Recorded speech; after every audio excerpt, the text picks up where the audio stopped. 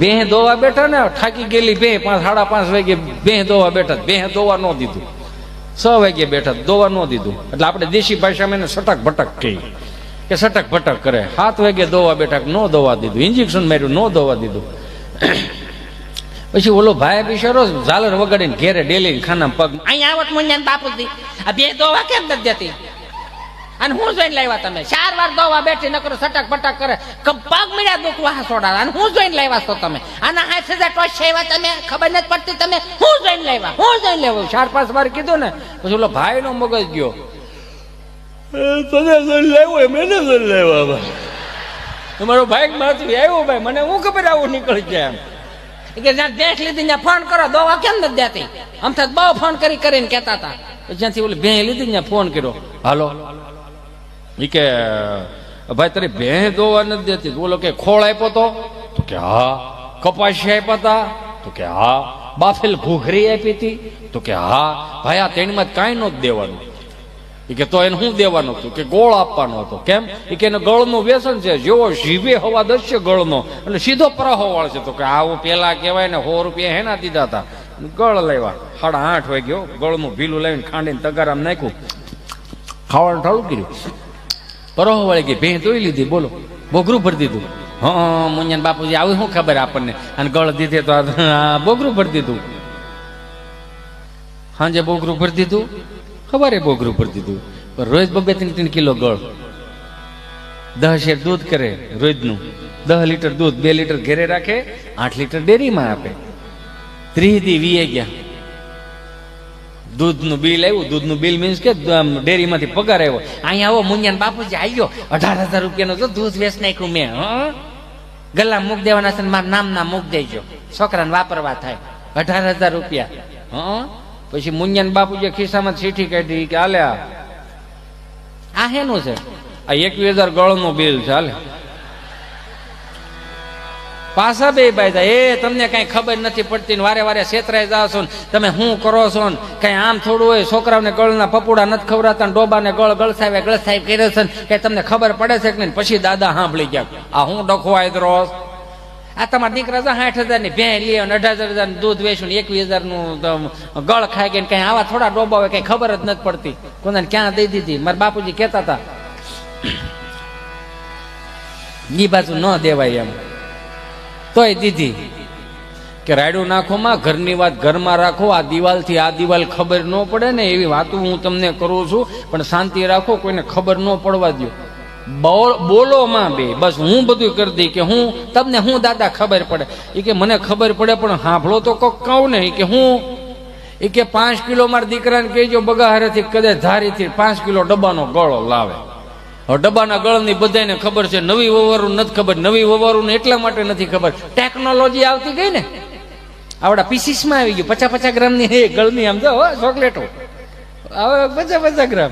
એ તો બાને પૂછો ખબર પડે. 15 કિલોનો ડબ્બો આવે, હવા વેતનો તાવે તો ભરાવો, પૂછવો એટલો જ થાય પણ લોંદો એટલો જ નીકળે. શીકણો મૂળ બહુ સમજ્યા. એ 5 કિલો ડબ્બાનો ગળ લાવ્યા. જૂનું તગારું ફરજામ પડેલું. દાદાને કીધું કે લ્યો 5 કિલો ગળ. જો જૂનું તગારું ફરજામ પડેલું ને તો દાદો કે પાણી ડબલું ભરી લ્યો. પાણી ડબલું ભરતા આવ્યા, પાણીના છટકોરા તગારામ છાંટતા જાય અને ગળ લીપતા જાય. પાણીના છટકોરા નાખતા જાય, ગળ લીપતા જાય. પાણીના છટકોરા નાખતા જાય, ગળ લીપતા જાય. 5 કિલો ગળને અંબુજા સિમેન્ટ જેવું તગારામ પ્લાસ્ટર કરી દીધું. દાદાને શું કરવાનું? તગારો મૂકી દો તડકે હુકાવા. 5 વાગ્યાનું ટાણું થયું. દાદા તગારાને શું કરવું? હુકાઈ ગયું, મૂકી દો ગમાણમાં. ગમાણમાં મૂક્યું, વિગત ફરી ગઈ ખાલી. ખાવાની હાલતી હતી ને, છાંટવાનું ચાલુ કર્યું ભેં.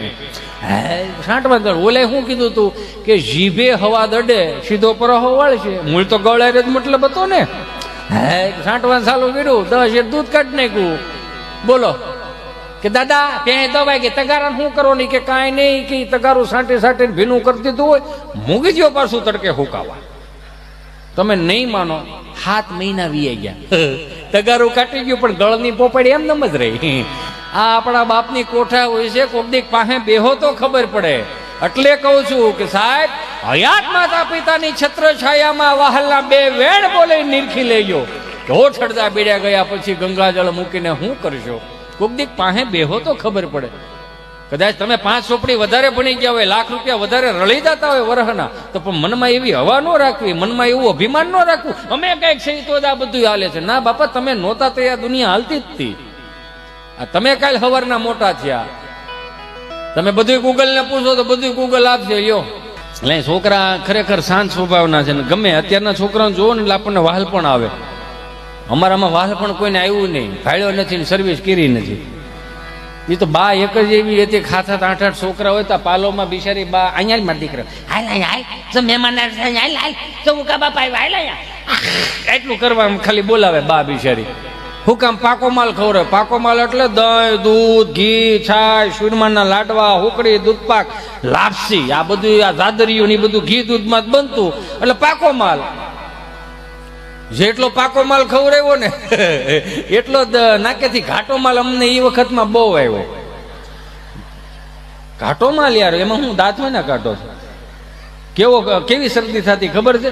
અત્યારનું છોકરું કેસર પિસ્તા રાજભોગ આઈસ્ક્રીમ ખાય ને એહરી ગયું હોય ને એવી તમારી શરદી હતી. મારો રામ ભલું કરે. અત્યારના છોકરાઓને એવી શરદી નથી થતી. ક્યાંથી થાય? પાકો માલ નથી મળતો. આ મહાનગરમાં કોણ કયા પ્રકારની ભેહું છે એ જ નથી ખબર પડતી. વિયાતી નથી, નકરું દૂધ દે જ કરે. સાહે તો કે મેં ખૂટવા નહીં દે, માખણ તો કે ખૂટવા નહીં દે, ઘી તો કે ખૂટવા નહીં દે. વાર તહેવારે માવો તો એમ મળે જાણે ભગરી ભેસી તો માવાનો પોદળો કાઢતી હોય. છોકરા ટળી જવાના છે. સારું ખવડાવવાનું મારો બાપ શું વાંધો? અમને જે શરદી થતી ને એ તો જમનામાં ગંગામાં કે ડાક્ટર પાસે લઈ જાય ને હસોટો જત કરો ભરાઈ ગયો છે હળખમથી હળખમથી. હળખમ કહેતા, શરદી ન કહેતા. યાદ રાખે. શનિવારે નિહાળે વેલી નિહાળ હોય ને તો સાહેબ અમને પૂછે હાલો છોકરાઓ એકડા બોલો. એક જણો ઉભો થાય ને કે એ કડે એ ક બગડો ડોકું કાઢીને વિયો જાય. હજી આપણો વારો આવ્યો નથી. એવી શરદી થતી હતી. બા બિચારી કાખમાં નાખીને ડોક્ટર પાસે લઈ જાય ને ડાક્ટર પાસે. તો ડાક્ટર એવા ગામડાના સાત્વિક ડોક્ટરો, ડિગ્રી નહીં, 15 વર્ષનો અનુભવ. અડધું ઇન્જેક્શન ભરશે, ઊંચું કરશે કરીને પછી પૂછશે હું થાય તા ભેરું હેનું હોય છે એને. એ એક જોયા જેવું અડધી બીક થી આખો રોગ કાઢ નાખે. 10 રૂપિયા ટિકટ આપે, કાળી ધોળી પીળી, હવાર બપોર ને હાન. હો બા પૂછે હે સાહેબ છોકરાને શું ખવડાવવાનું? ખીચડી કટી ઓદો કોદો ખવડાવતા ને કાંઈ ડોળા કાઢીને કે ઓદો કોદો ખવડાવતા ને બેદી પરેજી પાડો. હારું બાપા હારું. હે સાહેબ બીજો ધક્કો થાય પણ તમે નહીં હો. બોલો ભવિષ્ય હું જ ભાખ્યા. અને બાની ને દાદાની જોડીની વાત જ ન થાય. જોયા વગરના લગ્ન કર્યા છતાંય દાંપત્ય જીવનની વેલિડિટી હો વર્ષ. આમ સમજાય કે ન સમજણું? હો વર્ષની વેલિડિટી. જોયા વગરના લગ્ન કર્યા. યો અત્યારે બાયોડેટા જોઈને લગ્ન થાય. મારો રામ બોલું કરે. વેલિડિટી નામે કાંઈ નહીં. 500 નો પૂરો 2 મહિના હાલે. જીઓ ઉપર વી. સીતારામ સીતારામ વાત કરતો તો છોકરાઓને. અત્યારના છોકરો ગમે આપણને બહુ. અત્યારનું છોકરું તમે જો એને જે અત્યારે આ જે છોકરાઓ છે રહ્યા એને 1500-2000 રૂપિયાની કપડાની જોડ પહેરી છે. આ 1500-2000 રૂપિયાની કપડાની જોડમાં આજથી 70-80 વર્ષ પહેલા દાદા પૌણી ગયા હતા. એ પાછું ધોવાડા બંધ.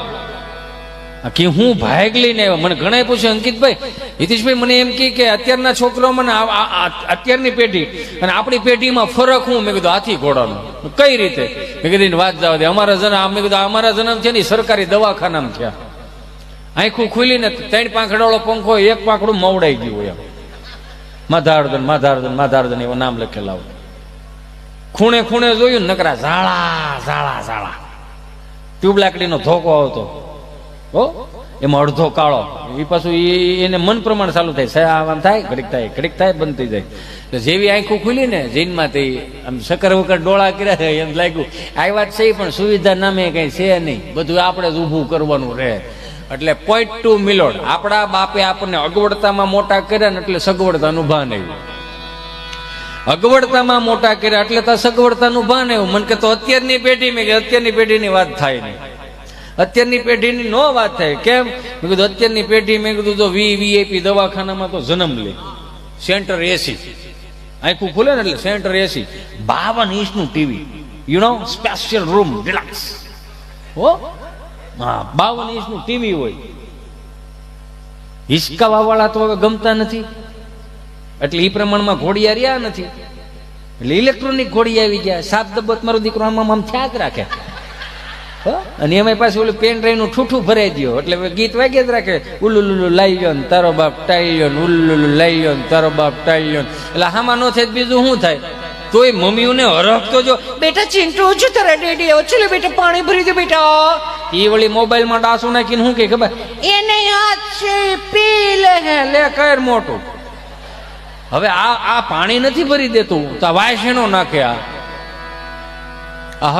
હરાદી નહીં કરે આવડા આ ગૂગલ પે કરશે 120 રૂપિયાની ચાઇનીઝ ભેળ જવા દો કાગડા મારી નાખવાના છે હરાદમાં ભેળવી દેવાના ચાઇનીઝ ભેળ આ નથી થતું ના બધું કરવા મળે ઉપાધિ ન્યા આવે ખરેખર હું ક્યારેક આમ કાલ્પનિક વિચાર કરું ને હિતેશભાઈ આ હિતેશભાઈ રહ્યા ને મારા પરમ સ્નેહી મિત્ર છે અને હું તો એમ કહું આપ સર્વના દર્શનનો જે મને ફાળો આપવામાં આવ્યો છે ને હિતેશભાઈને શ્રેય જાય છે સાહેબ હિતેશભાઈ સંઘાણીને જોરદાર તાળીઓના નાદ સાથે વધાવો હું બહુ આભારી છું એમનો બિચારા